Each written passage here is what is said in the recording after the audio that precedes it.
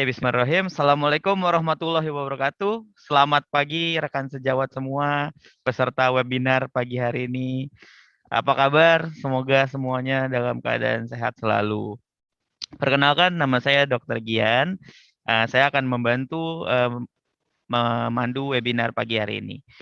Oke, pada webinar sesi pertama ini akan dibawakan oleh Bapak Alfa Omega Hutagalung AMDRO STMT dengan judul Grades of Binocular Vision, Simultaneous Perception, Fusion, Stereoscopic Vision. Halo Bapak Alfa, sudah terhubung dengan Pak Alfa?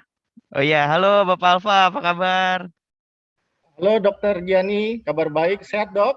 Sehat, Alhamdulillah Ya, Bapak Alfa. iya. Oke, di sini kita juga bisa melihat dari CV dari Bapak Alfa ya. Beliau merupakan lulusan dari Akademi Refraksi Optisi Leprindo Jakarta dan saat ini beliau bekerja di Rumah Sakit Mata JSC Kedoya sebagai Manager of General Affairs, Department Head of LASIK Service. Betul ya Pak Alfa ya? Ya dok, sebelumnya pernah di LASIK, sekarang jadi Iya. Manager General Affairs. Iya, betul-betul. Luar biasa sekali ya Pak Alfa ini. Oke, untuk seluruh peserta webinar, apabila nanti ada pertanyaan, jangan sungkan untuk ditanyakan di kolom chat. Silakan ditulis, nanti kita akan pilih pertanyaan-pertanyaan yang bagus. Dan untuk Pak Alfa, silakan dimulai Pak. Baik, terima kasih Dokter Giani atas pengantarnya. Selamat pagi, salam sejahtera buat rekan-rekan sejawat, teman-teman semuanya yang terkasih.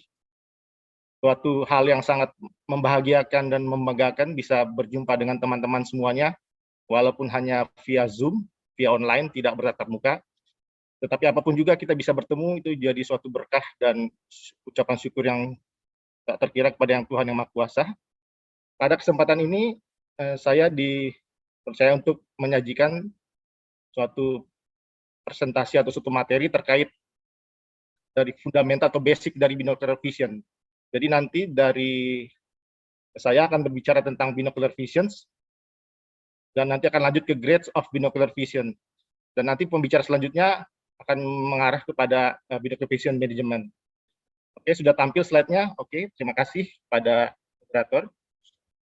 Ya, kita mulai presentasi kali ini, Basic of Binocular Visions, Grades atau tingkatan binocular vision. Dari presentasi ini akan saya bagi jadi empat segmen, 4 konten. Yang pertama itu kita harus bahas dulu terkait dengan binocular vision. Sebelum kita melangkah ke grades of binocular vision, kita harus memahami dulu sebenarnya binocular vision itu apa dan bagaimana mekanismenya. Selanjutnya di segmen kedua kita akan berbicara tentang grades of binocular visions dan apa sesungguhnya itu grades of binocular vision. Selanjutnya kita akan berbicara tentang anomali binocular visions dan yang menarik poin nomor 4 ada semacam kado buat teman-teman take home message, pesan apa yang kita bisa bawa pulang setelah mendengarkan dan menyaksikan presentasi yang saya sudah sajikan. Next. Poin pertama itu kita harus memahami terkait definisi dari binocular visions. Binocular visions itu sesungguhnya itu bisa kita artikan sebagai keadaan penglihatan simultan di mana kedua mata itu melihat. Dan terjadi ketika seseorang memusatkan perhatian visualnya pada objek yang dilihat. Jadi penggunaan kedua mata yang terkoordinasi untuk menghasilkan satu kesan mental. Jadi secara umum kita punya dua mata, kita melihat satu objek, tetapi dua mata ini bekerja sama untuk menghasilkan suatu penglihatan yang baik dan yang single, yang tunggal. Jika biasanya disilakan dengan binocular single vision. Ada dua mata, tetapi penglihatannya single, penglihatannya satu kesannya. Kita lihat gambar sebelah kanan, itu ada eksperimental dari Herring.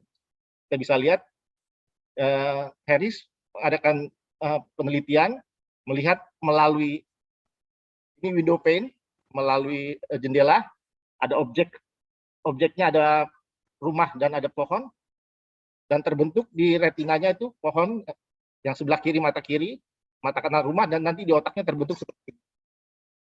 Ini subjective location-nya, sedangkan objective location-nya ini, yang di atas. Yang di bawah subjective location-nya yang terjadi di otak kita. Next. Sebenarnya untuk terjadinya binocular single vision itu memerlukan syarat apa saja. Jadi kita harus tahu, walaupun kita punya dua bola mata yang berfungsi dengan baik, tetapi ada syarat sehingga terjadinya binocular single vision. Yang pertama itu tentunya harus ada mekanisme motorik. Jadi perkembangan mata kita bisa berkoordinasi. Perkembangan neuromuskular yang benar sehingga sumbu visual ini lebih ke arah sumbu penglihatan kita diarahkan pada objek tumpang tindih di bidang visual. Jadi kalau antara mata kanan dan mata kiri mekanisme motoriknya tidak selaras, tidak harmoni, binocular single vision tidak akan terjadi. Kemudian yang kedua adalah mekanisme sensorik, yaitu harus ada juga kejelasan dan ukuran gambar yang kira-kira sama di kedua mata. Jadi kalau di kedua mata kejelasan dan ukuran gambar itu tidak terjadi, maka binocular single vision juga tidak dimungkinkan terjadi.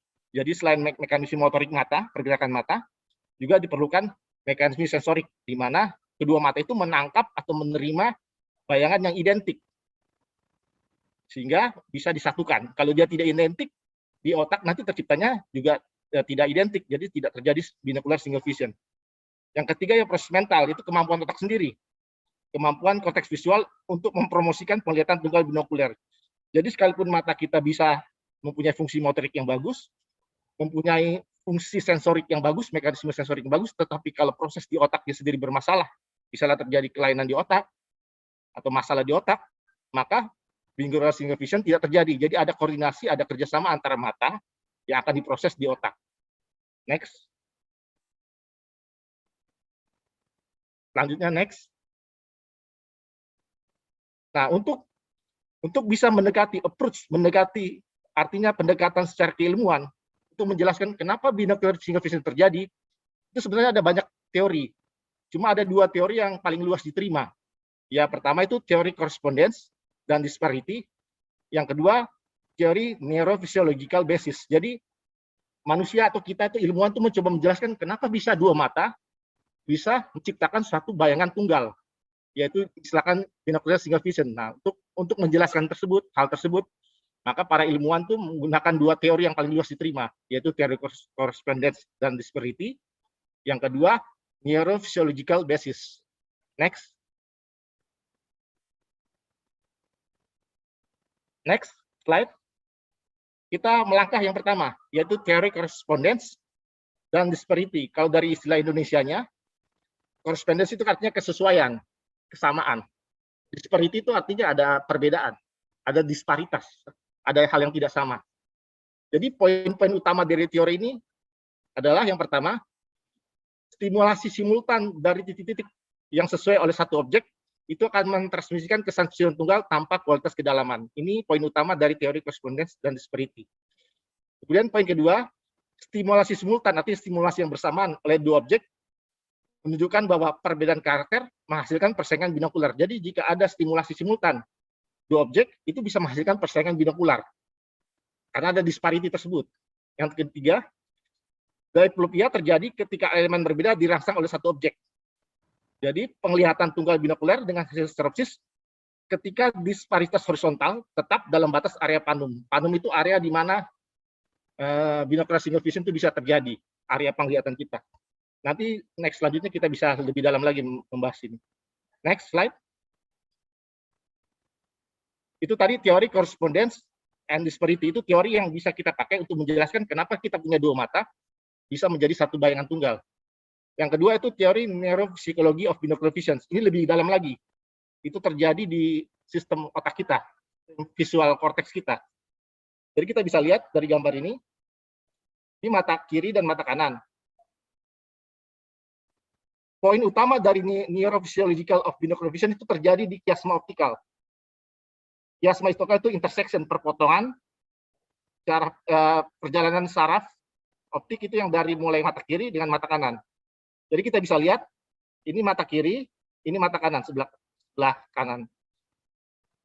Objek yang warna hijau itu akan terfokus dia di bagian kiri mata kiri. Ya, dan objek yang warna merah itu akan terfokus bagian kanan mata kiri, bagian nasal. Sedangkan bagian temporal. Jadi ada dua, ada yang hijau di bagian temporal mata kiri, di bagian nasal mata kanan. Kemudian yang merah di bagian nasal mata kiri dan di bagian temporal mata kanan. Nanti perjalanannya itu, perjalanan saraf elektrik tersebut itu akan bersilangan di sini.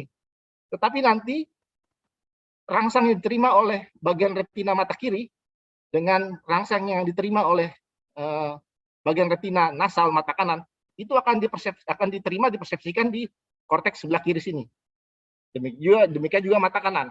Mata kanan diterima retina bagian nasal, mata kiri retina bagian nasal dengan mata kanan retina bagian temporal itu akan dipersepsikan di bagian kanan korteks visual.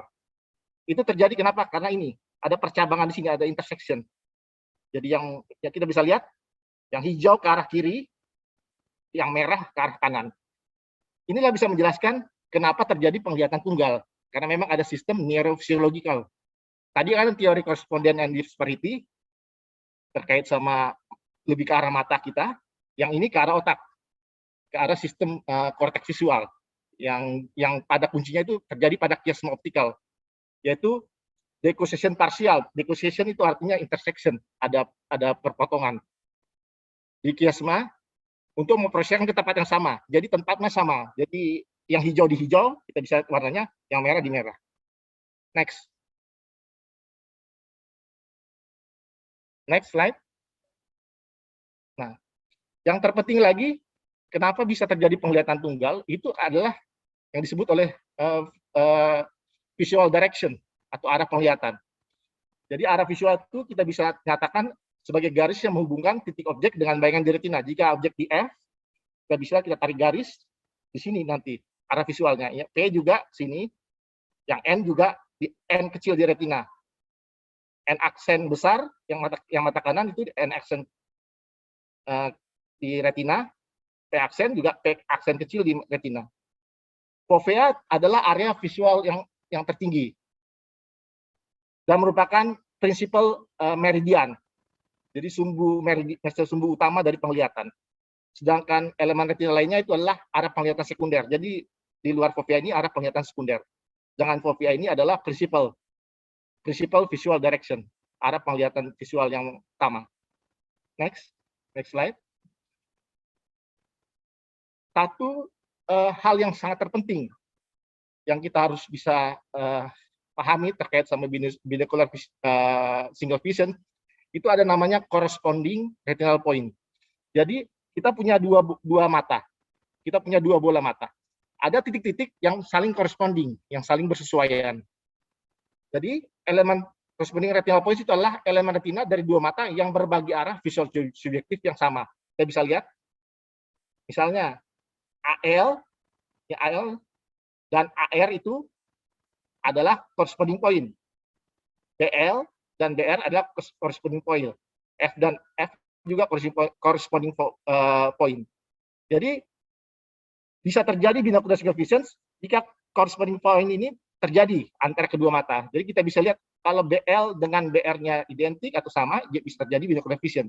Jika ada masalah bisa terjadi tidak terjadinya binocular single vision. Jadi poin yang terpenting untuk menjelaskan binocular single vision ini salah satunya adalah kita harus bisa mengerti terkait corresponding retinal point.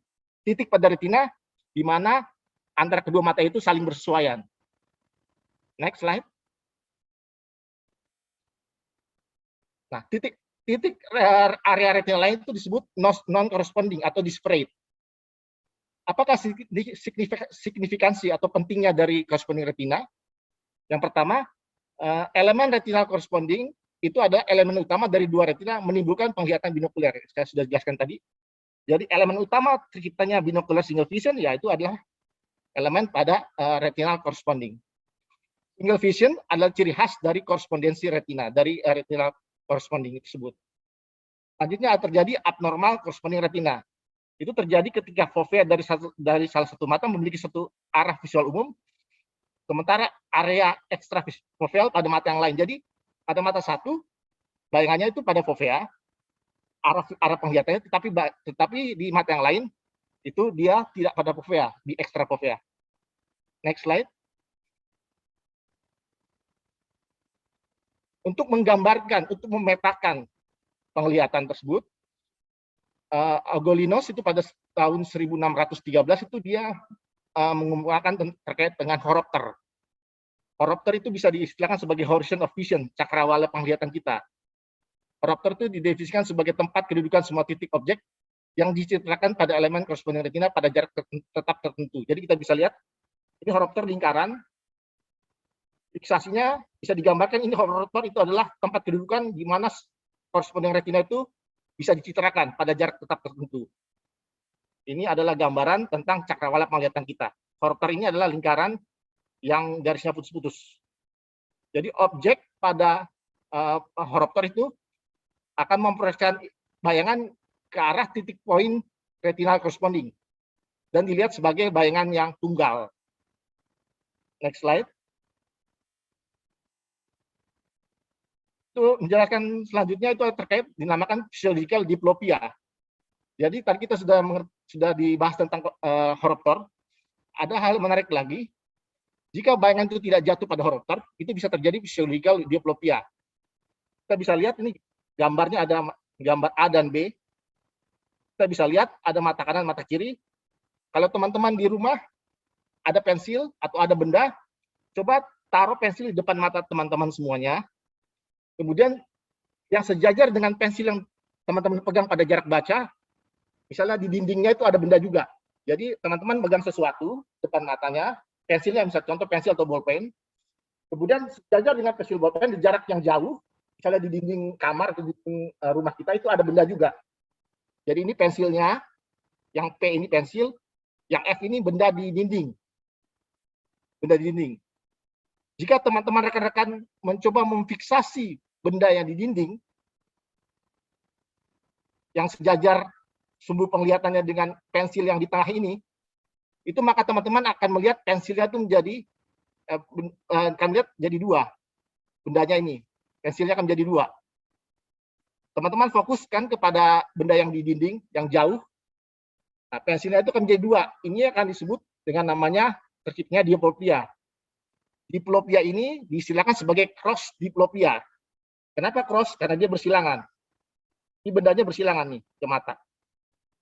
Sedangkan sebaliknya yang sebelah kanan, jika teman-teman fokus ke pensil yang teman-teman pegang, benda yang ada di dinding yang jauh, yang pada jarak jauh, itu akan terlihat double.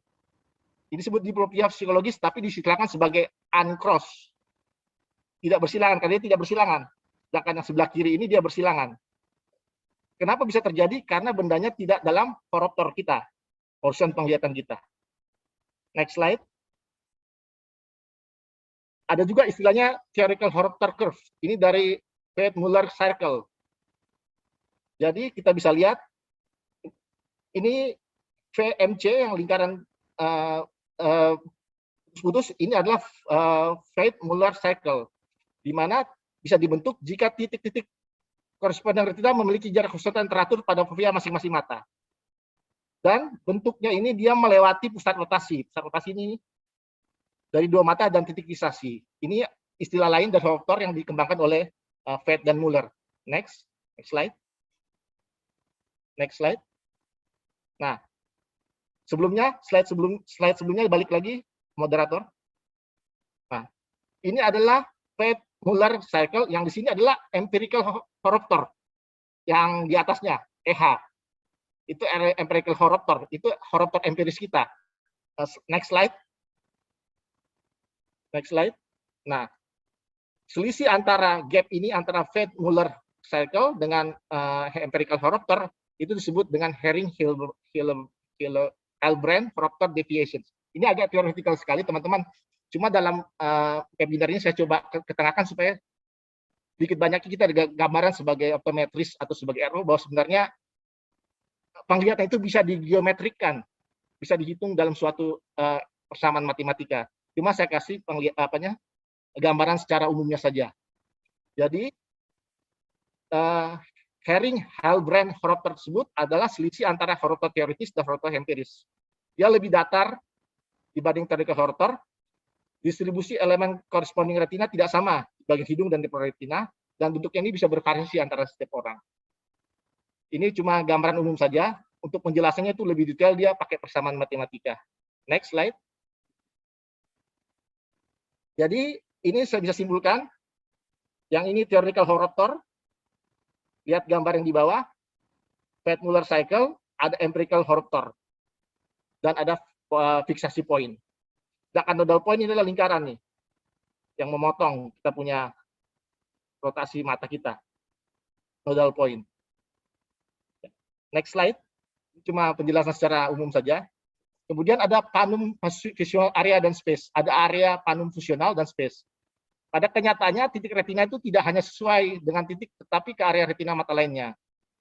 Area panum itu adalah area retina yang melingkari retina yang sesuai di mana binocular single vision dapat dipertahankan. Seperti saya sebutkan tadi, panum itu area di mana kita bisa mempertahankan binocular single vision. Ruang panum itu sebuah pita sempit di sekitar horopter di mana objek mempertahankan binocular single vision. Jadi objek yang terletak sedikit dari horopter bisa tetap tunggal karena masih ada kemampuan untuk melihat binocular single vision. Objek merangsang poin yang sedikit yang tidak sesuai. Jadi walaupun dia keluar sedikit dari ruang panum, binocular single vision itu masih bisa dipertahankan. Kemudian teori panum tentang daerah fusi, yaitu elemen di retina di satu mata tidak hanya berhubungan dengan satu titik mata lain, tetapi juga dengan daerah elips yang melingkari titik yang sama persis. Kemudian objek yang menembus di luar pita ini adalah stimulasi elemen retina. Jadi intinya teori panum ini sebenarnya sangat penting untuk bisa menjelaskan kenapa fusi bisa terjadi. Next slide. Yang teori terakhir itu tentang fixation disparity. Fixation disparity itu terjadi dalam ruang panum sementara fusi dipertahankan. Jadi begini, kita lihat pada gambar. Sebenarnya secara teoretikal kita melihat L. Cuma pada prinsipnya, pada faktanya mata itu sebenarnya ada sedikit penyimpangan. Tetapi walaupun dia menyimpang, masih bisa terjadi binocular single vision. Nah, gap ini, penyimpangan ini yang masih bisa dipertahankan binocular single vision disebut dengan fixation disparity. Kita bisa lihat kan, sebenarnya arahnya ke L. Cuma sebenarnya pada faktanya mata bisa bergeser, tetapi binocular vision bisa tercipta, bisa terbentuk. Nah, jarak untuk yang bisa dipertahankan untuk terjadinya binocular single vision tersebut disebut fixation disparity. Next. Ini, jadi ada dua istilah, fusi, disparity, binocular rivalry. Yang biru, jika bayangannya terjatuh di Y dan Y, sini, Z, itu terjadi binocular, persaingan binocular. Fusi terjadi jika dia X sama X. Masih di corresponding retinal point. F dan F. Jadi corresponding retinal point-nya masih sama, jadi bisa tercipta fusion. Sedangkan X dan X walaupun berbeda sedikit masih bisa terjadi fusi walaupun ada disparity. Kalau F dan F kan dia sama tuh corresponding retinal point-nya. Areanya itu sama, identik. Tapi kalau X dan X tidak sama persis, cuma masih tercipta fusi walaupun ada disparity. Next slide. Setelah kita berkutat dengan teori-teori binocular vision yang mungkin dalam praktiknya juga kita tidak terlalu banyak gunakan, sekedar sebagai ilmu dasar dari binocular vision, kita masuk ke intinya itu adalah grades of binocular vision, yaitu adalah tingkatan dari penglihatan binokular. Jadi ada tingkatannya, tingkatan di mana tingkatan pertama, tingkat kedua, tingkat ketiga dari binocular vision. Next slide. Next. Jadi menurut klasifikasi dari Ward itu ada 3 tingkatan penglihatan binokuler. Jadi yang grade paling dasar, paling awal itu ada nama simultaneous persepsi. Persepsi secara bersamaan. Yang kedua fusi, yang ketiga stereopsis. Ini ada 3 tingkatan dari penglihatan binokuler. Next slide. Apa yang dimaksud simultaneous perception? Simultaneous perception terjadi ketika sinyal itu ditransmisikan dari mata ke korteks visual dirasakan pada waktu yang sama. Jadi ada timing yang sama. Yang kedua, istilah simultaneous perception tidak menyiratkan bahwa kedua mata melihat objek yang sama dan mengirimkan informasi yang identik ke pusat visual. Juga tidak menyiratkan bahwa kedua gambar dapat ditumpangkan. Jadi intinya itu istilah SP atau simultaneous perception tidak menyiratkan bahwa kedua mata itu melihat objek yang sama. Yang ketiga, simultaneous perception ini terdiri dari kemampuan untuk melihat dua objek yang berbeda secara bersamaan. Jadi poin kedua itu ditegaskan di poin ketiga. Simultaneous perception itu adalah kemampuan untuk melihat dua objek yang berbeda secara bersamaan. Jadi bisa lihat dua objek yang berbeda secara bersamaan. Kita bisa lihat contohnya, next slide. Jadi kita bisa lihat ini ada singa, ada kandang. Jika ditempatkan singa dan kandang pada mata kanan atau kiri, itu bisa tercipta bahwa singa dan kandang itu bisa dilihat secara bersamaan. Kalau ini adalah simulasi yang tercipta kalau kita pemeriksaan binocular vision. Jadi singanya di dalam kandang. Sebenarnya tidak harus singa di dalam kandang. Kadang-kadang singanya bisa keluar, tetapi bisa terlihat dua, singa dan kandang. Nanti kita pakai ukuran prisma buat menggabungkan sehingga singa itu benar-benar terletak di tengah-tengah kandang. Tetapi istilah simultaneous perception ketika dipaparkan, diekspos dua gambar singa dan kandang, kedua gambar tersebut bisa terlihat, whatever atau apapun manapun posisinya. Tapi yang mata yang tidak perlu koreksi untuk mengkoreksi pakai prisma atau deviasi, itu dia singanya di dalam kandang, persis di tengah-tengah. Cuma simultaneous perception itu tidak harus terjadi begini, bisa aja misalnya singanya di sebelah kanan, kandangnya sebelah kiri. Nanti dikoreksi dengan koreksi sehingga dia bisa singanya dalam kandang. Tetapi intinya simultaneous perception bisa melihat dua gambar ini secara bersamaan. Next slide. Kemudian fusi. Fusi bisa didefinisikan sebagai penyatuan kortikal objek visual menjadi satu persepsi yang dimungkinkan oleh simultan stimulasi area retina yang sesuai. Jadi kembali lagi kepada corresponding retina. Jika corresponding retina itu diberikan stimulasi secara simultan, fusi bisa terjadi. Dan fusi itu terjadinya di cortical object visual, di otak. Fusi ini adalah kemampuan kedua mata untuk menghasilkan gambar gabungan dari dua gambar serupa yang masing-masing tidak lengkap dalam satu detail kecil. Fusi sebaiknya tidak salah artikan dengan superimposisi dua gambar yang berbeda. Seperti sangkar dan singa tadi. Beda antara sangkar dan singa tadi, berbeda dengan fusi. Kita bisa lihat di next slide-nya. Next slide. Fusi itu kita bisa lihat ada mata kita diekspos dengan dua gambar. Yang satu ini ada gambar kelinci. Di tangannya itu tidak detail yang dibawa. Sedangkan gambar yang sebelah kanan itu ada detail membawa karangan bunga. Nah, ketika diekspos ke kedua mata, maka mata akan melihat seperti ini. Ada kelinci dengan memegang karangan bunga ini. Nah, ini disebut fusi. Sedangkan tadi simultaneous perception berbeda. Jadi ada kandang, ada singa. Itu basic dari penglihatan binocular vision. Jadi penglihatan paling dasar dari penglihatan binocular vision itu adalah melihat dua objek secara bersamaan. Tetapi grade selanjutnya adalah fusi. Bisa melihat ada dua gambar ini, yang satu di detail, satu enggak, bisa digabungkan. Itu disebut fusi. Next slide.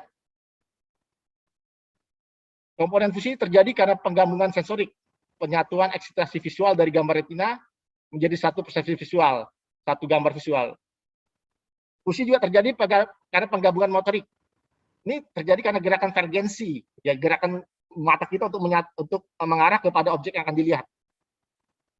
Yang ketiga, kemampuan untuk menjelaskan mata sedemikian rupa sehingga fusi sensorik dapat dipertahankan. Jadi ada gabungan dari sensorik dan gabungan dari motorik, itu pergerakan bola mata kita. Next slide. Ini range dari normal fusi. Kita bisa lihat, ini sekedar informasi saja. Next slide. Yang ketiga adalah stereopsis. Stereopsis itu adalah kemampuan memadukan gambar yang merangsang elemen retina yang berbeda secara horizontal dalam area fusi panum yang menghasilkan apresiasi binocular objek visual secara mendalam, yaitu dalam 3 dimensi. Kemampuan untuk meroleh kedalaman oleh superimposisi dua bayangan dari objek sama dilihat dari dua sudut yang sedikit berbeda. Yang terakhir bisa dijelaskan juga, stereopsis itu kemampuan untuk mempersepsikan dua bayangan yang tidak sama. Satu terbentuk dari retina, dan untuk menggabungkan keduanya. Jadi kita bisa lihat, ini ada gambar manusia atau orang, kemudian ini ada pohon. Dia dalam horopter ini orangnya. Kemudian akan tercipta begini bayangannya. Ini disebut dengan stereopsis. Jadi kemampuan mata bisa melihat dia secara 3 dimensi, secara perbedaan jarak dari satu benda ke benda yang lain. Next slide.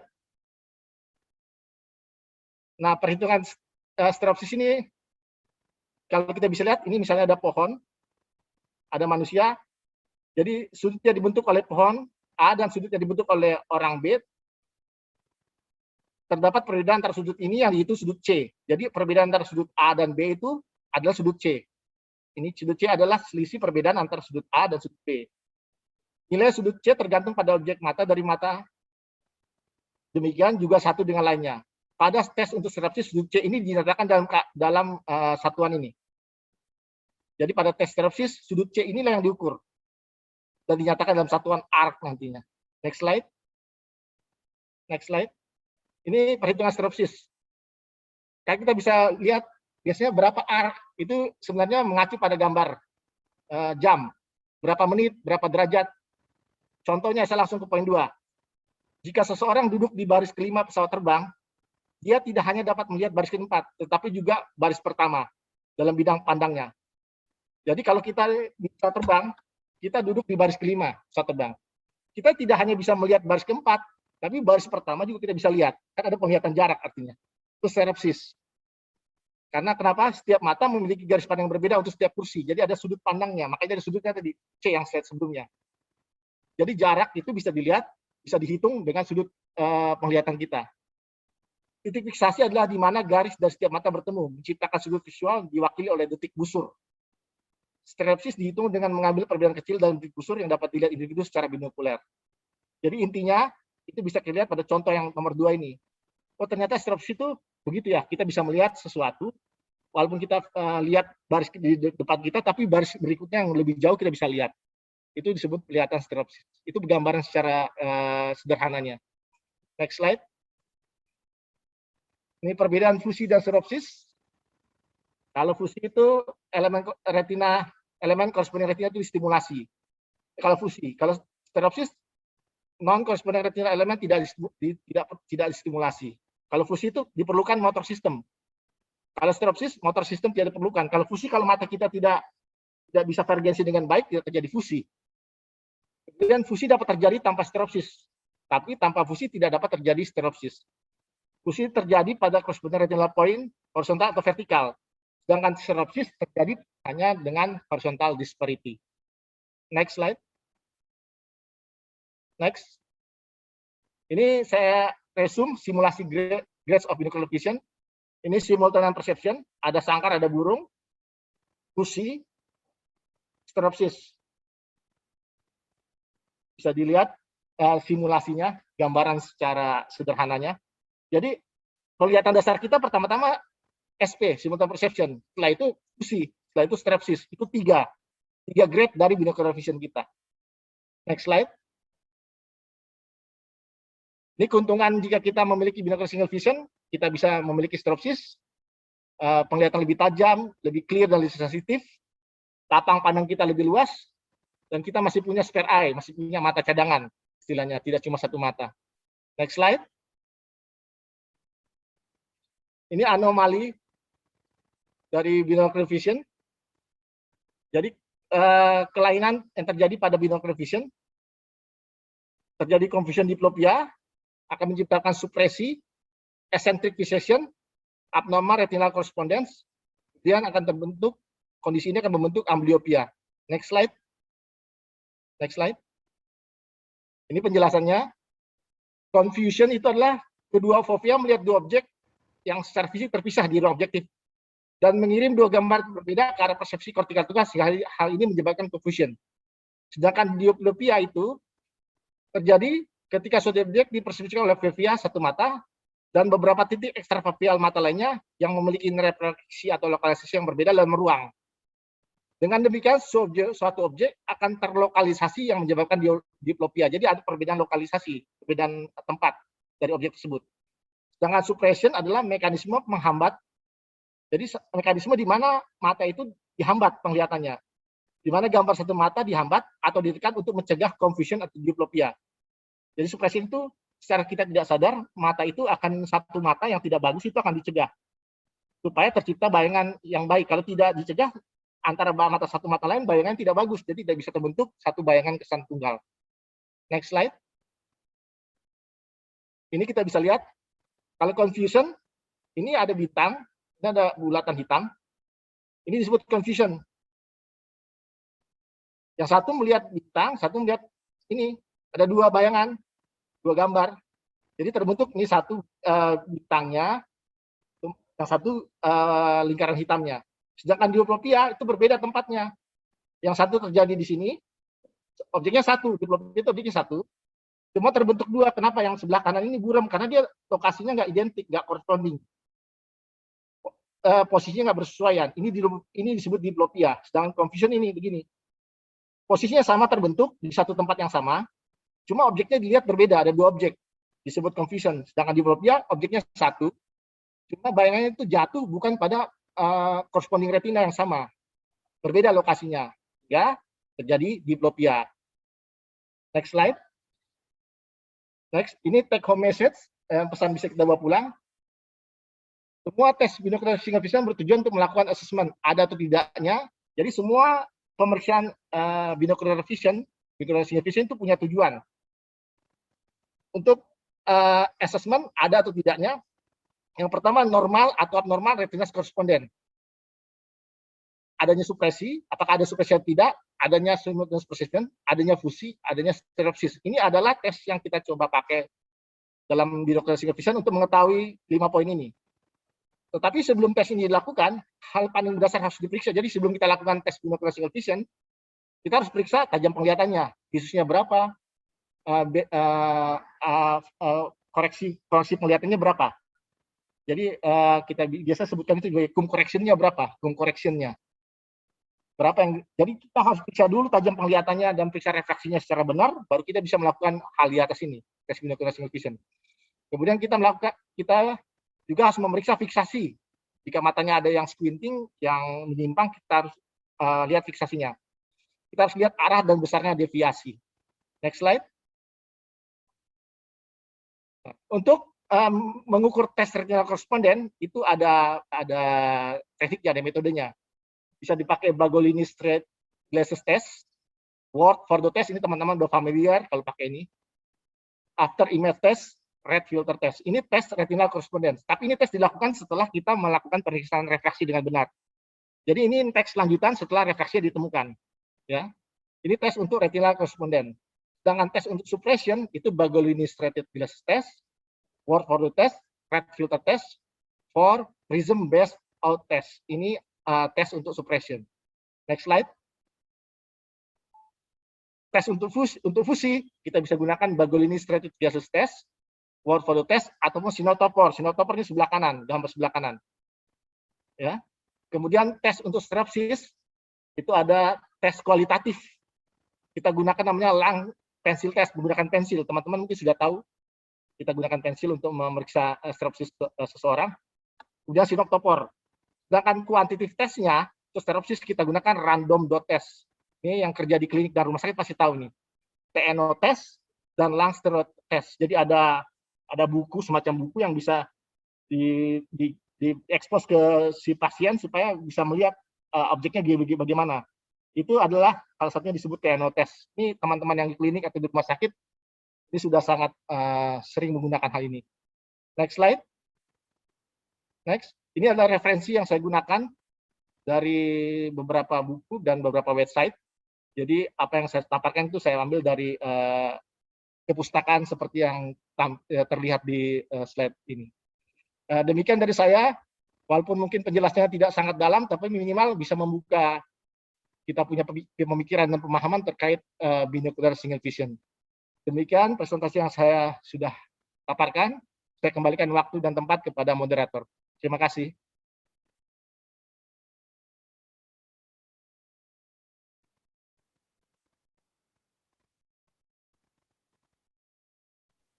Iya, terima kasih banyak untuk Bapak Alfa, luar biasa presentasinya bagus sekali, materinya juga enak didengar, tidak bikin pusing ya Pak Alfa, terima kasih banyak loh.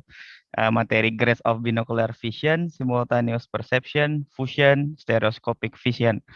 Jadi kita sama-sama tahu tuh tadi Pak ya ada dua teori nih yang saya catat nih, ada teori koresponden dan disparity, di mana diplopia itu terjadi ketika elemen yang berbeda dirangsang oleh satu objek gitu ya Pak ya. Dan teori yang satu lagi neurosiologi of binocular vision, di mana struktur pertama yang berkontribusi untuk BSV itu decussation partial di chiasmanya bekerja untuk memproyeksikan ke tempat yang sama di korteks visual gitu ya, Pak Alfa ya.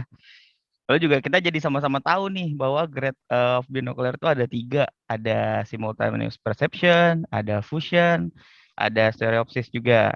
Di mana grade yang pertama itu perception terjadi ketika sinyal yang ditransmisikan dari mata ke korteks visual dirasakan pada waktu yang sama. Lalu yang fusion itu kemampuan kedua mata untuk menghasilkan gambar gabungan dari dua gambar yang serupa, yang masing-masing tidak lengkap atau satu detail yang kecil yang kurang. Dan ketiga itu stereopsis, di mana kemampuan untuk mempersepsikan dua bayangan yang tidak sama dan untuk menggabungkan keduanya. Dan di akhir tadi cukup banyak tuh tes-tesnya yang bisa dilakukan gitu. Jadi ya memang bagus banget nih materinya dari Pak Alfa. Terima kasih banyak Pak Alfa. Sambil kita tunggu pertanyaan nih dari teman-teman sejawat peserta webinar pagi hari ini. Saya juga punya pertanyaan ya Pak Alfa kalau boleh. Ya dok, jangan susah-susah dok. Susah Enggak. sama dokter masalah saya ini. Enggak Ilmunya dong. lebih dalam biasanya. Ya, jadi pertanyaan saya simpel aja Pak Alfa. Saya tertarik nih dari tes-tes yang tadi kita sama-sama lihat nih. Kita baca juga kan. Tes untuk suppressionnya, tes untuk fusionnya, sama stereopsis sendiri. Kurang lebih kan sama ya Pak. Pemeriksaannya, tesnya sama, mungkin prosedurnya juga sama. Eh, yang pertanyaan jadi pertanyaan saya, yang membedakan nanti grade-nya itu gimana Pak? Apakah hasilnya berbeda dengan penggunaan tes yang sama? Gitu Pak, gimana ya Pak? Eh, Sebenarnya untuk menjelaskannya harus dipraktekkan langsung. Cuma intinya begini, tesnya sama, cuma nanti outputnya kita bisa lihat. Ini hasilnya buat stereopsis, ini hasilnya buat simultaneous perception, ini buat fusion, ini buat stereopsis. Untuk untuk mengelaborasi atau menjelaskan secara detail itu harus langsung dipraktekkan, karena kan dia agak spesifik dia jelaskan. Misalnya kalau kita lihat TNO begini, nanti nilai segini itu adalah nilai hasil ini, hasilnya bagaimana stereopsisnya, nilai stereopsisnya bagaimana. Ini misalnya dengan Bagolini test, dengan workflow test, jika dia kondisinya terlihat begini, merah hijaunya bagaimana, itu adanya suppression, misalnya begitu. Jadi sebenarnya dari outputnya itu pasien, nanti kita bisa tentukan, oh ini terjadi supresi, ini terjadi misalnya abnormal sinyal corresponding. Contoh yang paling sederhana misalnya pada workflow test kan kita bisa lihat kan, bisa lihat apa report dari pasien, dari report tersebut kita bisa tentukan, oh ini terjadi supresi. Misalnya dia hanya cuma lihat satu warna, kan? Ada kan merah sama hijau, oh cuma warna hijau saja, berarti ada supresi nih di mata yang satunya. Jadi istilahnya gambarannya seperti itu, tapi nanti kalau mau dijelaskan secara detail harus kita langsung ke instrumennya, langsung ke prosedurnya. Tetapi salah satu contoh yang paling simpel ya tadi, misalnya supresi, kita suruh lihat warna merah hijau, ternyata satu warna saja yang dilihat, itu bisa ke arah supresi. Itu dari saya dok, karena ini agak praktikal sekali, sedangkan ini yang saya tampilkan cuma fundamental aja, basicnya saja. Tadi saya bilang take home, makanya saya istilahkan take home message. Jadi teman-teman bawa pulang itu message yang saya sampaikan, nanti bisa lihat di lapangan, oh ternyata prediksinya begini. Itu mengetahui grades of binocular vision, untuk mengetahui supresi, mengetahui diplopia, mengetahui abnormal retina corresponding. Demikian dok dari saya dok. Ya, terima kasih Pak Alfa, jawabannya luar biasa ya. Memang memancing juga nih biar peserta juga jadi tahu nih take home message-nya untuk apa gitu ya Pak Alfa ya. Biar Ya, pada saat praktek di lapangannya nggak kegok, terus nggak bingung lagi. Bagus banget nih materi Pak Alfa. ya Oke dok, Pak, sorry dok. Jadi sengaja saya tampilkan take home message itu, jadi teman-teman itu jadi challenge. Oh iya, betul betul. ternyata optometri RO itu tidak sekedar refraksi atau sederhana saja. Ternyata ada beberapa metode yang bisa kita pakai untuk menentukan kualitas penglihatan seseorang atau menentukan binocular vision seseorang gitu. Dan itu saya Nah, rasa teman-teman optometri atau RO juga di lapangan juga jarang melakukan. Bukannya saya itu ya menjudge, tapi saya yakin juga beberapa teman-teman juga jarang melakukannya. Lebih ke arah banyak yang refraksi. Makanya saya kasih take home message menjadi challenge buat rekan-rekan sejawat semuanya. Gitu, dok. iya, bagus banget tuh pesannya buat teman-teman semua ya. Jadi bukan cuma sekedar refraksi aja. Banyak nih yang kita bisa lakukan juga. Yang mana juga itu akan memberikan yang terbaik untuk pasien-pasien nanti. Seperti itu. Nah, nih Pak Alfa, sudah ada beberapa pertanyaan nih. Boleh saya bacakan ya Pak Alfa ya? Ya, silakan dok. Oke, yang pertama nih, saya Faisal dari Aro Polikor, mau bertanya kepada Pak Alfa, bagaimana kita yang di optik bisa mengetahui bahwa pasien mengalami gangguan binokuler atau fusion atau stereoskop? Terima kasih. Oh, ya, tadi saya sudah tampilkan kan take home message. Di optik itu biasanya suka ada word for test kan? Sudah ada. Tapi kalau yang lain ada nggak ya? TNO mungkin nggak ada ya. Jadi nanti take home message itu teman-teman lihat apakah ada di, misalnya kan teman-teman ada pakai proroptor atau pakai alat apa itu di optik kan ada beberapa yang objeknya itu yang termasuk dalam take home message. Jadi teman-teman pilih, oh yang ini yang saya lihat dari take home message-nya, oh ini untuk suppression, ini ya teman-teman pakai. Tapi kalau yang nggak ada ya apa boleh buat dok, nggak bisa dipakai berarti kan nggak ada Iya, nggak ada iya, toolsnya, nggak ada toolsnya. Tapi kan kalaupun nggak ada kan minimal ada yang kita punya. Kayak word for the test itu saya yakin ada tuh. Itu bisa menentukan abnormal korespondensi juga bisa itu. Menentukan supresi juga bisa tuh di situ. Binokulernya juga bisa ditentukan dari word for the test. Walaupun mungkin setelah kita tahu ya kita harus ke arah lebih lanjut lagi lah. Nanti teman-teman lagi setelah saya kan ada nanti tentang manajemen terkait binocular vision. Yang untuk mempresentasikan selanjutnya kan teman-teman saya itu lebih ke arah nanti manajemennya. Manajemen terkait disordernya, terkait kelainannya. Mungkin nanti bisa lebih detail lagi. Cuma dari saya kira-kira itu dok. Jadi apa yang alat di optik yang kita punya, ya coba yang sesuai dengan tadi take home message coba diberdayakan gitu dok. Diberdayakan. iya. Gitu. Itu ya jawaban dari Pak Alfa ya untuk lebih memberdayakan alat-alat yang ada di optik seperti itu ya Pak Alfa ya. Ya, dok. Untuk Pak Faisal ya, itu jawaban dari Pak Alfa. Oke, yang kedua nih Pak Alfa, izin bertanya kepada Bapak Alfa. Saya Vina Pramita ingin bertanya, bagaimana efikasi plasticity dan sintonik dalam bentuk vision terapi yang dapat membantu amblyopia dan juga terkait dengan binocular vision single. Terima kasih. Ya, baik. Ini pertanyaannya berat sekali nih. Ini hal yang sophisticated yang lebih baru ini, yang newest lah ini, neuroplastik. Saya juga pernah dengar bagaimana aplikasinya, apakah bisa pengaruh ke binocular vision. Saya baca-baca literatur juga bisa pengaruh. Cuma karena saya tidak langsung terjun ke dalam, saya tidak bisa memverifikasi atau bisa memberikan justifikasi seberapa aplikasinya. Cuma saya baca literatur juga ya bisa terkait sampai binocular vision. Cuma kalau pertanyaan dari rekan sejawat lebih ke arah detail tadi, saya tidak pada posisi bisa menjawab tersebut karena itu juga agak lebih dalam lagi. Karena materi yang saya sampaikan ini lebih ke arah fundamental dari binocular vision. Jadi untuk prakteknya itu sangat spesifik terkait sama kasusnya gitu. Dari saya itu dok, karena untuk menjawab ini juga memang harus orang-orang praktikal yang bisa terjun ke dalam hal tersebut. Tapi saya juga baca beberapa literatur bisa dalam kondisi tertentu bisa pengaruh ke binocular vision-nya. Dari saya itu dok, jadi saya tidak berani untuk menjawab lebih detail karena memang untuk kemampuan dan beberapa ilmu terkait itu saya juga tidak sampai menguasainya dok. Dari saya itu saja dok. Ya. Ya, nggak apa-apa, Pak Alfa. Terima kasih atas jawabannya. Lalu ada pertanyaan yang lumayan mirip nih dari beberapa teman kita. Jadi pertanyaannya seperti ini, Pak Alfa. Apakah seseorang bisa mengalami gangguan di ketiga grade binocular vision atau gabungan? Dan bagaimanakah langkah pemeriksaan kelainan yang harus dilakukan terlebih dahulu?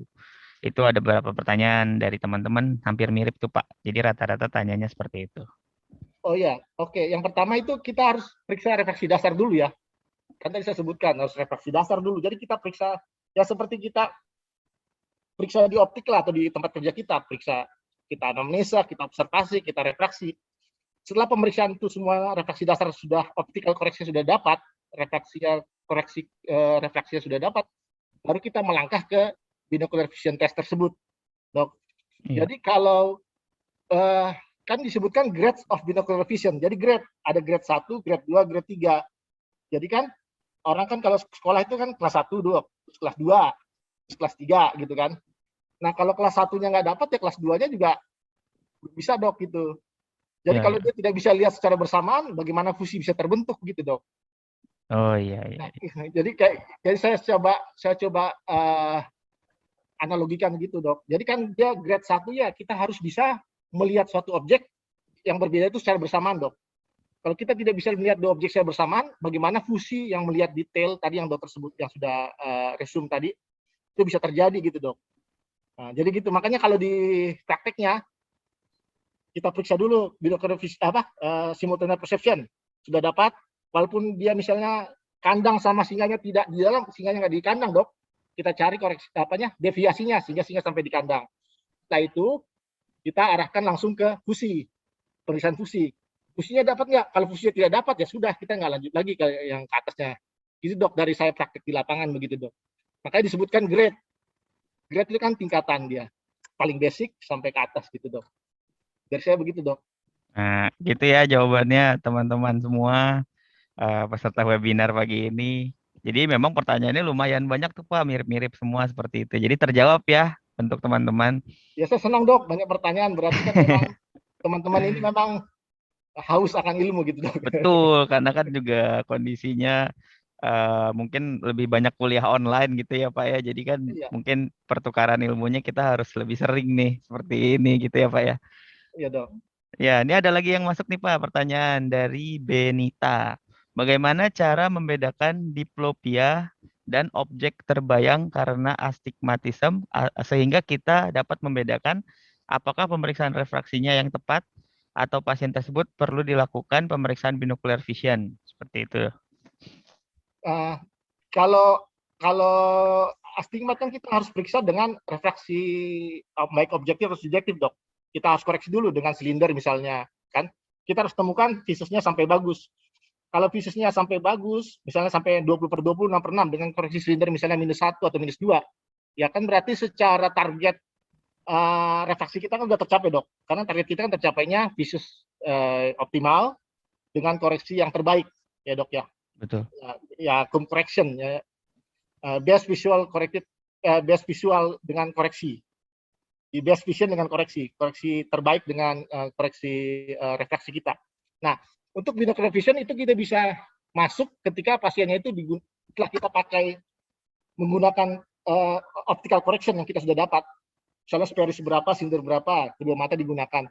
Karena pasien itu ada keluhan atau ada report lah terkait misalnya sudah digunakan, walaupun dia bisa baca 6/6, misalnya, dia objeknya berbayang atau apa, atau dia tidak, kadang objeknya berganti-ganti. Ada supresi misalnya gitu, kadang yang satu mata kanan yang lihat, satu mata kiri. Jadi itu sangat tergantung dari kondisi pasiennya sendiri melaporkan bagaimana. Nah, biasanya pasien itu kalau untuk binocular vision itu suka berkata kan, dok atau pak, saya sudah gunakan ini, ternyata keluhan saya belum teratasi, misalnya keluhannya kok bayangan jadi double, jadi ganda misalnya gitu kan. Nah itu menjadi pintu masuk kita untuk ke binocular vision atau dipakai kacamata, tapi kok dia pusing atau dia tidak bisa pakai kacamatanya. Nah itu bisa pintu masuk kita. Jadi sangat beragam masalahnya. Tetapi intinya semuanya itu harus berangkat dari pemeriksaan refraksi yang benar dulu. Kita dapat speris, silinder yang benar. Nah setelah setelah diaplikasikan ke pasien, kita lihat gimana pasiennya. Ya. Juga yang tadi saya bilang, tidak hanya refraksi, kita harus lihat tadi kan yang saya sebutkan di take home message, kita harus lihat fiksasinya juga. Kan ada tes fiksasi kan, kita lihat benar nggak fiksasinya terjadi dua mata. Kita bisa lihat juga arah penglihatannya kan banyak pemeriksaan terkait itu, terkait fiksasi. Jadi selain refraksi, kita bisa lihat fiksasinya juga. Kita bisa lihat bagaimana motilitinya, pergerakan kedua matanya. Jadi banyak pemeriksaan-pemeriksaan yang menunjang kita sehingga kita bisa masuk ke pintu masuk binocular vision test gitu dok. Dari saya itu saya dok. Iya, jadi teman-teman semua tetap dari awal kita pemeriksaan refraksi dulu ya Pak yang utama. Walaupun memang setiap saat kita melakukan itu, nanti dilanjutkan dengan tes-tes yang lainnya. Seperti itu ya Pak ya untuk penentuan gradingnya juga. Iya. Jadi Gitu. kalau di optometri ya kita punya senjata awalnya kita harus refraksi dulu dok. Betul, dasarnya ya Pak ya. Iya dok gitu. Iya. Ini advance lanjutan buat teman-teman. Oke, ini ada lagi nih Pak. Lumayan bagus nih dari Pak Sukartono KMN Eye Care. Untuk Pak Alfa, tadi dinyatakan Kalau objek di luar panum atau horovter pasti terlihat double. Bagaimanakah penjelasannya? Terima kasih. Ya, jadi panum itu kan sebenarnya itu geometrical penglihatan kita yang coba dipetakan jadi cakrawala penglihatan. Jadi kan istilahnya tadi kalau untuk objek yang tunggal itu kan harus terletak satu, ada prinsip corresponding retinal, kan? Yang kedua, lokasinya harus sama. Nah, panum itu adalah suatu pemetaan mata di mana kalau kita tarik garis itu hal tersebut itu yang menjadi prerequisite, menjadi syarat-syarat binocular vision itu terjadi. Jadi kalau dia di luar panum, ya objeknya nanti misalnya tidak terjadi pada area yang sama atau tidak pada corresponding retina yang sama. Jadi makanya dibatasi dengan horopter tersebut. Jadi kalau area di luar itu Pak Alfa, terputus sepertinya gambarnya sebentar. Sudah masuk lagi. Boleh, mohon maaf dilanjutkan Pak Alfa. ya, jadi horopter tersebut adalah suatu bentuk untuk menjelaskan, memetakan bagaimana geometrikal penglihatan kita. Jadi kita cari peta horizon mata kita, cakrawala mata kita, di mana nanti ditarik garis sehingga tadi bersesuaian dengan teorinya tadi. Ada teori korespondensi, ada teori disparity, ada teori tadi kalau misalnya lokasinya tidak sama tercipta misalnya diplopia. Jadi itu adalah pemetaan yang dikemukakan oleh para ilmuwan. Itu menentukan bahwa kalau area di sini itu mata masih bisa menciptakan satu bayangan kesan tunggal. Dan ada beberapa tadi, ada misalnya dari Wade-Miller Circle, ada lagi nine empirical horopter. Itu sebenarnya cuma gambaran saja untuk menjelaskan bahwa pada posisi tertentu begitu mata bisa membentuk satu kesan visual tunggal. Di luar tersebut itu berpotensi tidak tercipta kesan bayangan tunggal. Jadi pertanyaan tadi terkait sama panumnya, ya memang secara penelitian dari para ilmuwan, area-area yang berada di luar panum itu berpotensi tidak tercipta kesan visual tunggal. Makanya disebutkan panum itu adalah region atau area di mana kesan penglihatan tunggal itu bisa terbentuk. Di luar tersebut, ya ada potensi tidak tercipta kesan penglihatan tunggal. Jadi itu sudah gambaran yang diciptakan oleh para ahli yang kita coba paparkan di presentasi kali ini supaya teman-teman dapat gambaran, oh ternyata panum tersebut menjadi satu poin untuk menentukan teori dari terbentuknya binocular single vision. Itu dari saya, Dok. Terima kasih. Itu ya jawabannya Pak Sukartono. Luar biasa loh jawaban Pak Alfa, jelas banget tuh sampai dibahas hingga teori dan penggunaannya. Seperti itu. Jadi Dok, sengaja saya kasih teori, kadang-kadang kita juga dulu kuliah kan nggak sampai teori ini. Jadi cuma Betul. juga merangsang sama teman, ternyata mata kita tuh bisa dibentuk suatu geometrical calculation, Dok. Hitungan geometrik gitu. Iya, betul Pak Alfa, betul sekali. Iya. Jadi nggak cuma lensa cembung, begini cahayanya, begini. Ternyata mata juga ada geometriknya gitu, Dok. Ada cakrawala penglihatannya gitu. Iya. Oke, ada lagi nih Pak. Agak bagus nih Pak, saya juga bacanya seneng nih. Mau tanya dong Pak Alfa, apakah pasien katarak bisa membuat penglihatan menjadi diplopia dari Arinda, Pak? Wah, bagus banget pertanyaannya, Pak.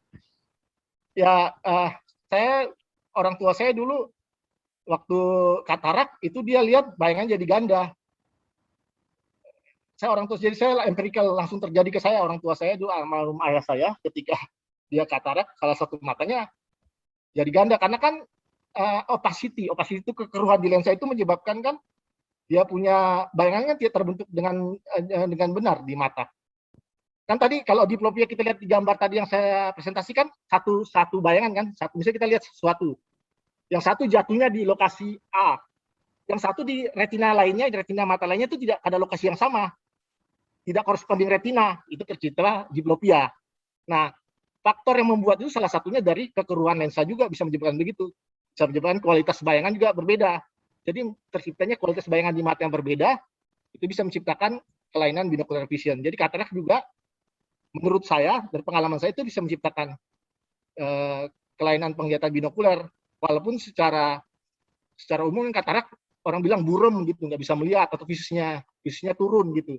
Cuma empirical yang saya alami itu bisa membuat orang tua saya juga melihat bayangannya itu kok ada dua dia, nak ya gitu. Nggak apa, nggak seperti dulu. Tetapi kalau kita bisa menjelaskan ke teori tadi, diplopia terjadi ketika ada satu bayang kita lihat atau satu benda, tetapi localization dari stimulasinya itu tidak di tempat yang corresponding, di tempat yang sama.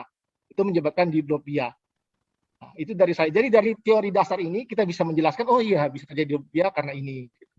Iya, Ya kan, kalau betul. confusion tadi kan dia lihat dua bayangan, dua benda, jatuhnya tetap di lokasi yang sama, cuma dua benda dilihat, jadi confusion matanya, bingung. Kalau diplopia berbeda dok, bayangannya satu dilihat, tetapi jatuhnya di retinalnya itu stimulasinya nggak sama lokasinya, itu menciptakan diplopia dok. Oke dok, dari Iya, saya. jadi memang katarak itu bukan sekedar bayangan atau kekeruhan aja ya Pak, jadi bisa memang menghasilkan eh, Ya, kognitif. hambatan sehingga menciptakan bayangan baru dan terpecah ya bayangannya gitu ya Pak ya di kedua mata, jadinya terbentuklah binocular vision seperti itu. Cukup jelas ya Mbak Arinda jawaban dari Pak Alfa. Lalu ada lagi nih Pak Alfa, jika ditemukan pasien dengan keluhan binokuler, langkah apa yang kita lakukan sebagai praktisi di optik dari Kanti ya? Mungkin setelah dilakukan tes-tesnya gitu ya Pak Alfa, kalau sudah terdiagnosis dengan keluhan binokuler, apa saja langkah yang harus dilakukan nih? Kalau untuk masalah binokuler ya bisa, kalau untuk koreksinya bisa dengan koreksi optikal ya bisa dilakukan. Tapi kan kita punya resource yang terbatas di optik, atau resource sumber daya yang terbatas kan, dan punya resource baik sumber daya equipment peralatan atau sumber daya keilmuan kita kan juga sebagai optometri kan juga ada limitasi tertentu. Jadi kalau memang ada sesuatu kondisi yang bisa kita temukan ada masalah binocular vision, kalau binocular visionnya itu bisa kita treatment atau bisa selesaikan dengan keilmuan kita atau dengan sumber daya yang kita miliki, misalnya kita kasih koreksi misalnya pakai prisma atau apa ya silakan kalau bisa dilakukan. Cuma kadang-kadang binocular vision itu tidak sekedar itu. Misalnya masalah ada terjadi pergerakan mata yang nggak harmonis. Ada masalahnya squinting eye, matanya yang memang itu juling. Nah kondisi-kondisi tersebut kan kita punya partner, kita punya profesi yang yang kita bekerja sama itu dokter mata, dan profesi tersebut kita kita punya apa? Punya punya kemampuan, punya area yang lebih luas dari kita untuk menata laksanakan masalah tersebut. Jadi kalau memang dalam posisi tertentu kita bisa lakukan dengan sumber daya yang kita miliki ya kita coba lakukan. Cuma kadang-kadang masalah bioprofesi itu tidak sederhana itu. Ada masalah yang tadi sebut, ada masalah otot matanya yang masalah, ada masalah di otaknya juga, dok. Ada juga masalah ya ada masalah di masalah di retinanya misalnya, kan? Ada masalah lain yang tidak sekedar refraktif, bisa organik juga, bisa terkait sama matanya sendiri gitu dok. Jadi kalau ada binocular vision, ya kalau ada masalahnya ya kita bisa pilah-pilah yang mana bisa kita treatment. Tapi kalau kita memang terbatas secara sumber daya, kita sebaiknya rujuk ke dokter mata karena memang dokter mata dididik dan mempunyai kewenangan untuk menata laksanakan masalah tersebut lebih jauh dan lebih mendalam dibanding kita gitu dok. Tapi minimal kita sebagai optometri punya gambaran dasar, punya pemahaman dasar bagaimana cara kita men-screening atau menentukan masalah-masalah terkait binocular vision dok. Kita harus upgrade lah dari kita dulu A, kita nambah jadi A plus gitu dok. Tapi nanti Iya, masalah penata laksananya kita kembalikan lagi kepada yang mempunyai kemampuan lebih dalam lagi dok. Itu betul dari saya betul. dok. Betul. Jadi sudah diperiksa, pemeriksaan kita juga harus upgrade ya gitu ya Pak Alfa ya. Sudah bisa membantu juga untuk nanti rekanan sebagai spesialis dokter mata yang akan memberikan terapi selanjutnya. Nah, tadi juga udah menyerempet dikit nih tentang kondisi squinting. Ada juga pertanyaannya nih Pak. Jadi pertanyaannya dari Sylvia untuk Pak Alfa. Pertanyaannya saya, ketika ada pasien yang datang dengan kondisi squinting sudah lama dan tropia, lalu ketika pemeriksaan simultan perception dia bisa melihat objek berbeda dalam waktu bersamaan, tapi dalam waktu singkat sepersekian detik objek langsung terpisah lagi. Bagaimanakah selanjutnya yang akan kita lakukan, Pak? Terima kasih. Oke baik, ini langsung praktikal ya. Ya dia bisa dia bisa melihat satu simultaneous perception kan secara objek bersama tiba-tiba menghilang lagi, tiba-tiba timbul lagi. Nah, itu masalah-masalah tersebut kita catat. Dia misalnya apakah dia simultan persepsinya itu tadi tercipta yang tadi apa dia benar-benar kayak singa sama kandangnya satu atau dia ada deviasi pergeseran. Kalau dia bisa dapat kita cari sampai kapan tuh singa sama kandangnya itu jadi satu kan ada deviasinya. Setelah kita dapat ya kalau dia berubah-ubah lagi ya mungkin pada kondisi tertentu kita harus istilahnya kita harus kalau untuk kondisi saya biasanya ya itu kita langsung ke dokter mata, nanti dokter mata ngelihat apa masalahnya memang sekedar matanya atau ada masalah lain. Jadi kan masalah binocular vision itu yang tadi saya jelaskan secara umum itu masalah-masalah matanya banyak variasinya. Ada masalah di neurofisiologikalnya, ada masalah di korespondensi retinanya, ada masalah di disparitinya. Jadi ada masalah-masalah yang tidak cuma bisa diselesaikan dengan satu saja. Kalau masalah-masalah gitu sebaiknya pada kondisi tertentu ya kita rujuk ke dokter mata karena memang banyak variasi atau banyak variabel yang menyebabkan kondisi tersebut terjadi. Tapi minimal kita catat. Misalnya simultaneous perception. Terus dia suka intermittent. Intermittent berarti kan berganti-ganti. Kita catat. Nanti kita hasil ini kita bawa ke rekan mata kita dokter mata. Karena memang masalah itu bisa terjadi bukan hanya satu faktor. Biasanya faktor lain bisa menyebabkan tersebut. Ini pengalaman saya waktu saya dulu di pediatrik ya. Jadi saya coba sharing ke teman-teman. Itu dok dari saya. Yang penting kita catat dulu apa yang kita dapatkan, kita hasilkan.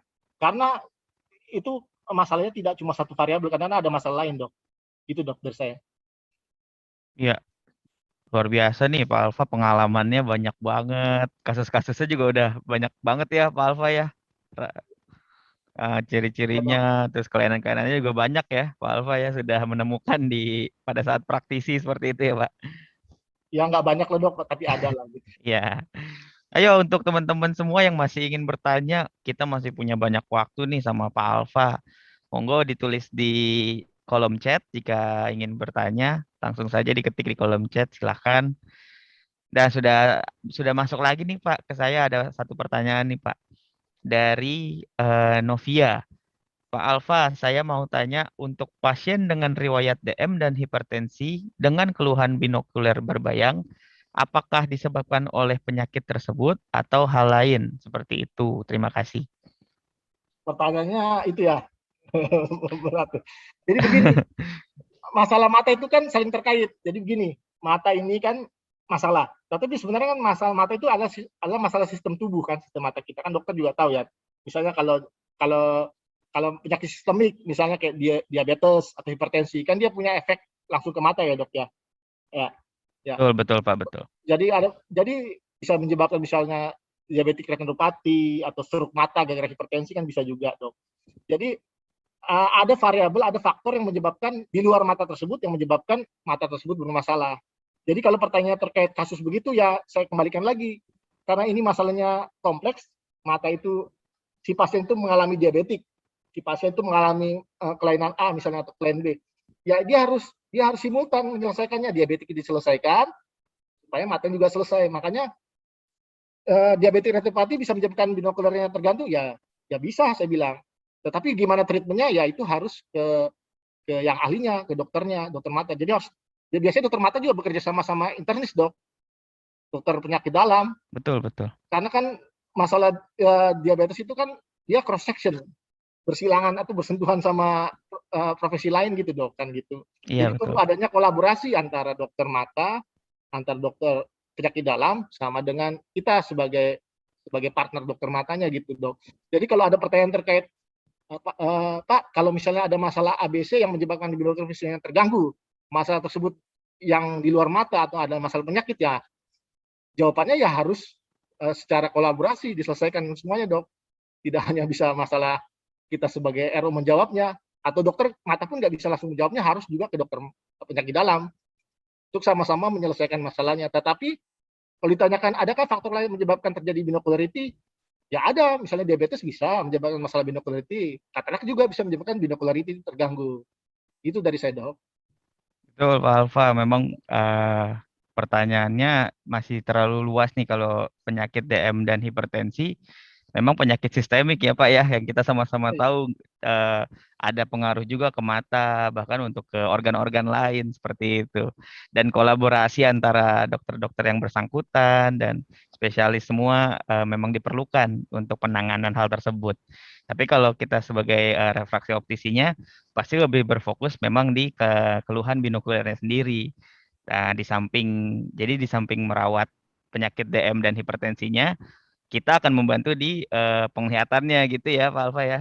Ya dok, jadi kita sebagai garda terdepan lah untuk cara penglihatannya secara binokularitinya. Ya, Cuma nanti betul. kalau tersiernya, servisnya, pelayanan tersiernya atau yang lebih lanjutnya, ya kita harus bisa tahu batasannya kapan kita harus profesi lain yang menyelesaikannya dok gitu. Cuma minimal kita bisa punya pemahaman terkait, oh kalau binocular vision itu masalahnya ABCD, tesnya ABCD, kira-kira treatmentnya nanti ABCD, walaupun kita tidak melakukan treatment tersebut, tapi minimal ada gambaran dok itu dari kita. Ya, Gitu. ya. Baik Pak Alfa. Cukup jelas tuh jawaban dari Pak Alfa. Nah, ini sambil menunggu pertanyaan-pertanyaan lagi, diingatkan kembali nih untuk teman-teman sejawat semua. Hadiah dari Iropin yang baru saja berulang tahun. Hadiahnya totalnya 500.000 dan berupa e-money. Sekarang kan udah transaksi digital semua nih. Jadi hadiahnya keren. Jadi nggak usah pusing dan bingung ya. Jadi kalau untuk mau dapetin hadiahnya, syarat-syaratnya saya bacakan lagi ya. Yang pertama, upload foto Anda saat mengikuti webinar ini. Artinya harus terlihat ya event webinarnya dan disaksikan juga gitu. Nah, yang kedua, posting di IG Anda, follow dan mention IG @iropinpusat, lalu tag minimal 5 orang rekan sejawat dengan hashtag Iropin PVSM 2021. Ditunggu hingga Kamis 30 September 2021.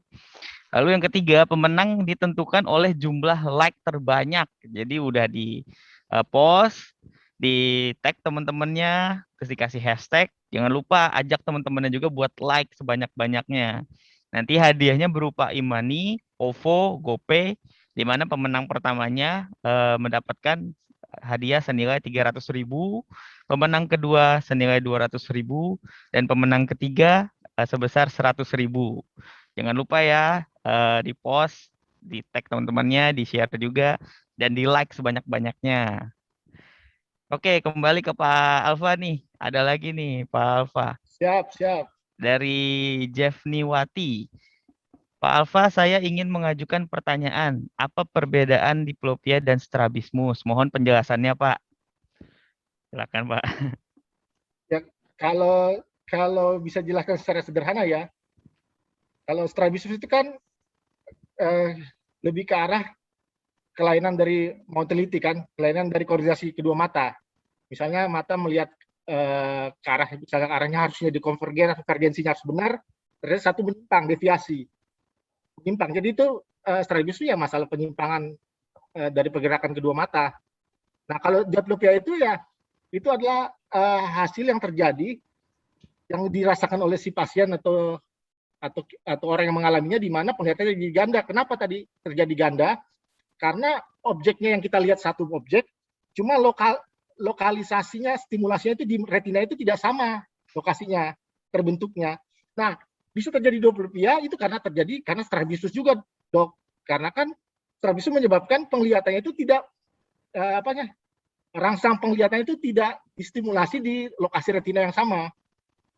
Jadi kalau gambaran dari diplopia tadi kan karena memang yang satu ditempatkan di posisi lokalisasi A, yang satu di B. Tapi objeknya sama-sama dilihat, dok. Di retina ya, dok. Ya, ini konsepnya di retina yang terjadi gitu. Misalnya kita lihat atau kita lihat sesuatu benda misalnya. Benda itu di mata kiri kita jatuhnya di lokasi A, di retina lokasi A. Yang mata kanan kita di lokasi B. Jadi kan tidak sama, tidak corresponding. Makanya tadi kan poin yang terutama yang saya sebutkan dari awal tadi kan ada namanya corresponding retina. Kita kan punya dua mata, dok. Dua Betul. mata. Jadi ada titik-titik yang corresponding. Kalau corresponding itu sama, itu bisa menyebabkan satu kesan bayangan tunggal. Cuma kalau bayangan itu distimulasi dan diproyeksikan di retina itu tidak sama tempatnya antara mata kanan sama mata kiri, otomatis kan tercipta kesan ganda. diplopia. Nah, kesan diplopia itu bisa terjadi diakibatkan oleh kondisi strabismus, Dok. Jadi strabismus bisa menyebabkan diplopia gitu, Dok. Cuma diplopia sendiri itu adalah suatu kondisi abnormality dari binocular vision, Dok. Nah, kalau strabismus itu banyak bisa menyebabkan nggak hanya diplopia, banyak juga masalah yang lain yang diciptakan oleh strabismus. Cuma dalam konteks ini, diplopia itu terjadi karena tadi yang saya ulang sekali lagi, karena satu bayangan yang kita lihat itu terbentuk atau dibentuk bayangannya di retina tidak pada lokasi yang sama antara mata kanan sama mata kiri. Tapi bayangannya satu yang kita lihat, Dok. Misalnya saya lihat dokter Giani nih, tapi lokasi dokter Giani saya lihat di mata kanan sama mata kiri itu berbeda, Dok. Ini penjelasan sederhananya begitu. Nah, itu menciptakan bayangan ganda diplopia. Cuma kalau saya lihat dokter Giani sama Mas Abe, saya lihat bersamaan, walaupun jatuhnya di lokasi yang sama, itu menciptakan confusion, kebingungan. Karena ada dua benda, Dok, tapi tetap di lokasi yang corresponding di mata. Beda dengan diplopia, bendanya satu, kita lihat, tapi lokasinya jatuhnya tidak pada posisi retina yang bersesuaian antara mata kanan sama mata kiri. Itu, Dok, dari saya, Dok. Iya, jadi itu ya yang membedakan strabismus dengan diplopia sendiri. Gitu. Nih Pak, ada lagi nih Pak, dari Ardian Pak. Ya, ya. Kepada Bapak Alfa, menurut Bapak Alfa untuk melihat kelainan binokuler sebelum refraksi, apakah pemeriksaan dengan tes Hirschberg bisa dilakukan sebagai pemeriksaan awal? Ya, kan tadi pemeriksaan awalnya kan ada fiksasi tadi, refraksi, fiksasi, kan arah gerakan, ya itu sebenarnya bisa dipakai kan tadi pada take home message kan poin pertama saya jelaskan tentang tes untuk binocular test.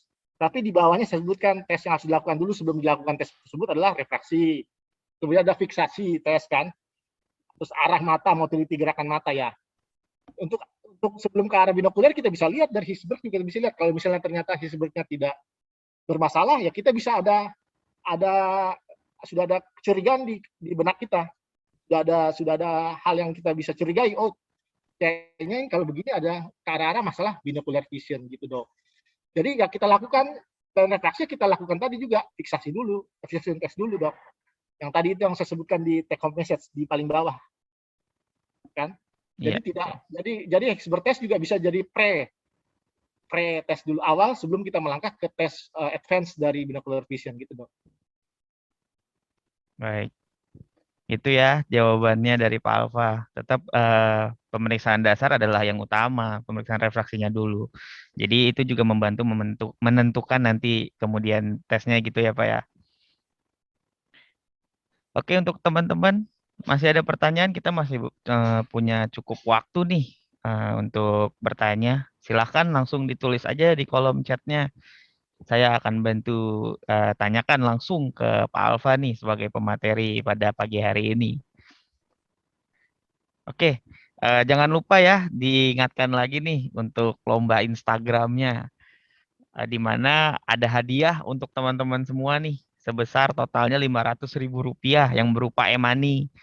Nah, syarat-syaratnya seperti yang tadi sudah dikatakan. Yang pertama yang pasti upload foto kamu, foto Anda saat mengikuti webinar ini. Jadi harus terlihat nih webinarnya, sedang menyaksikan webinar ini.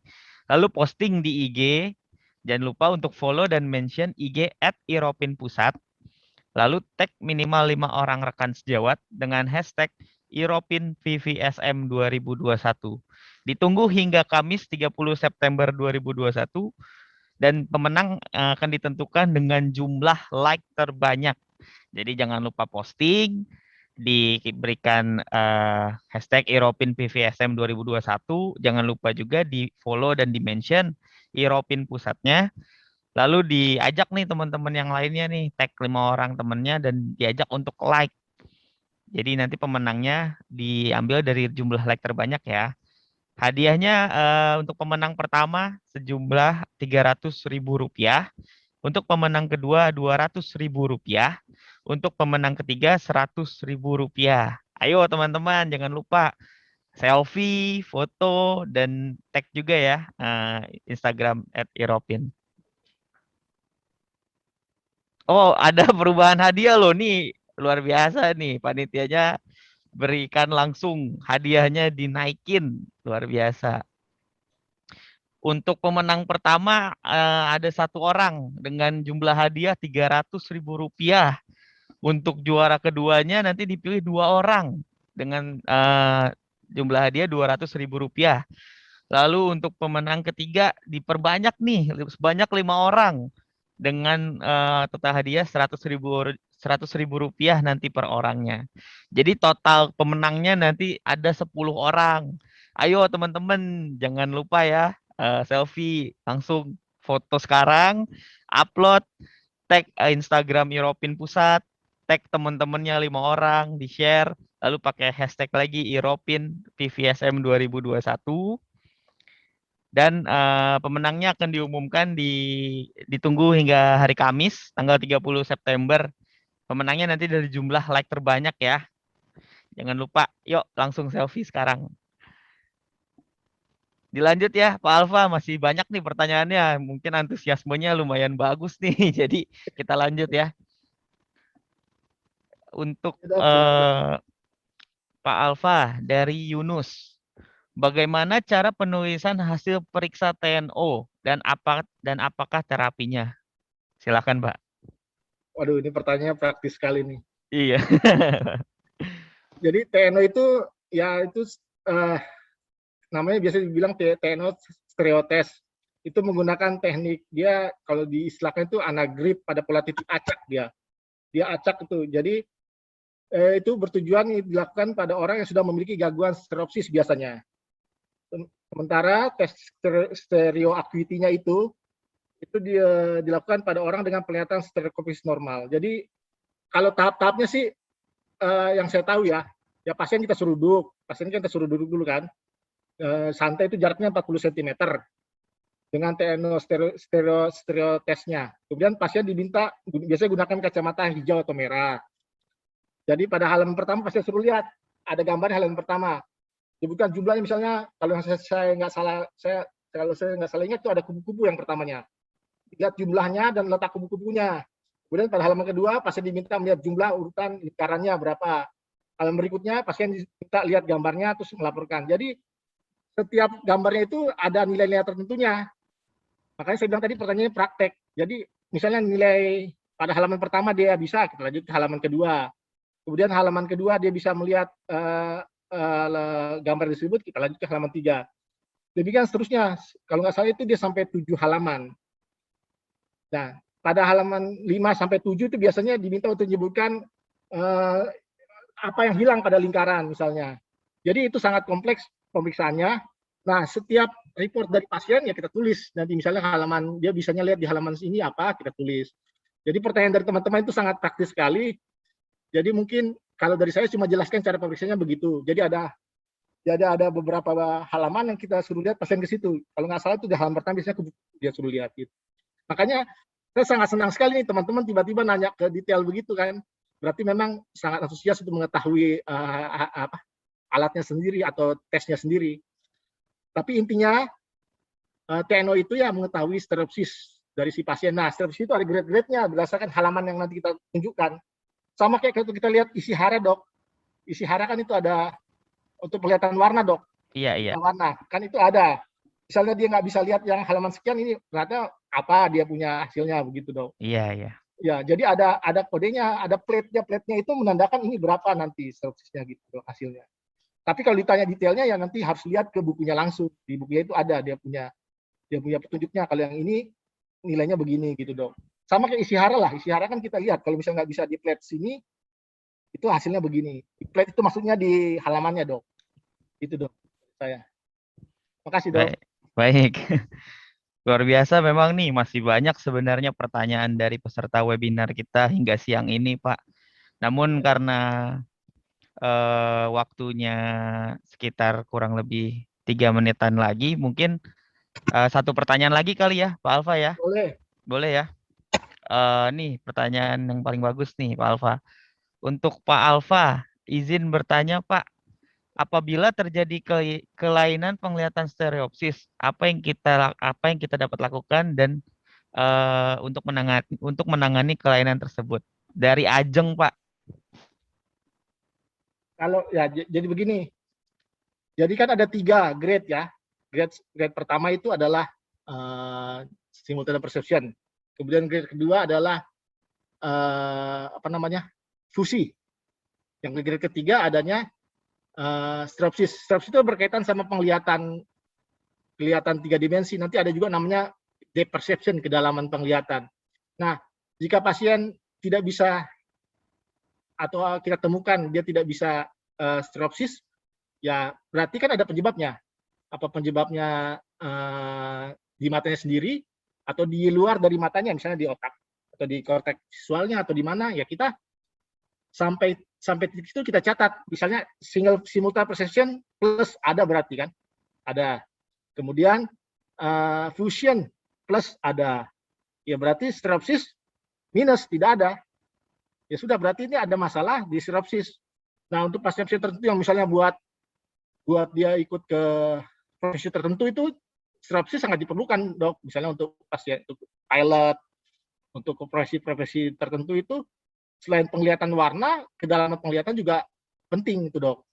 Nah, kalau kita sudah catat ini masalah-masalah penglihatan tersebut, nah kita catat, ya kita bisa kira-kira screening kita, oh berarti dalam grade-nya itu satu grade yang nggak bisa yang dia tidak bisa capai, yaitu grade namanya stropsis. Nah, dari hal tersebut kita bisa cari nanti masalahnya apa. Oh kan, kalau kita lihat tadi kan perbedaan fusi dengan stropsis. Ternyata stropsis itu terkait sama horizontal disparity. Nah, itu kita bisa lihat nanti ke arah, biasanya dokter-dokter terkait dokter pediatrik atau yang ortoptik itu bisa juga untuk menangani masalah tersebut, Dok. Cuma intinya dari kita screening dulu semuanya, masalahnya apa. Kemudian kita nanti kerjasama sama dokter mata, nanti bisa dikasih sama dokter mata, bisa dilihat ke dalam matanya atau ke dalam komponen matanya lain apa yang menyebabkan tidak terjadi stropsis. Tapi dari kita screening dulu, kita bisa dapatkan ternyata oh iya stropsisnya tidak terjadi. Jadi menjadi suatu masalah juga bagi pasien-pasien tertentu yang memang berkaitan erat dengan penglihatan 3 dimensi, Dok. Jadi kalaupun sudah ada masalah tersebut kita catat, ya kita nanti bisa rujuk ke dokter mata gitu, Dok. Masalahnya untuk treatmentnya bagaimana gitu, Dok. Baik. Ya.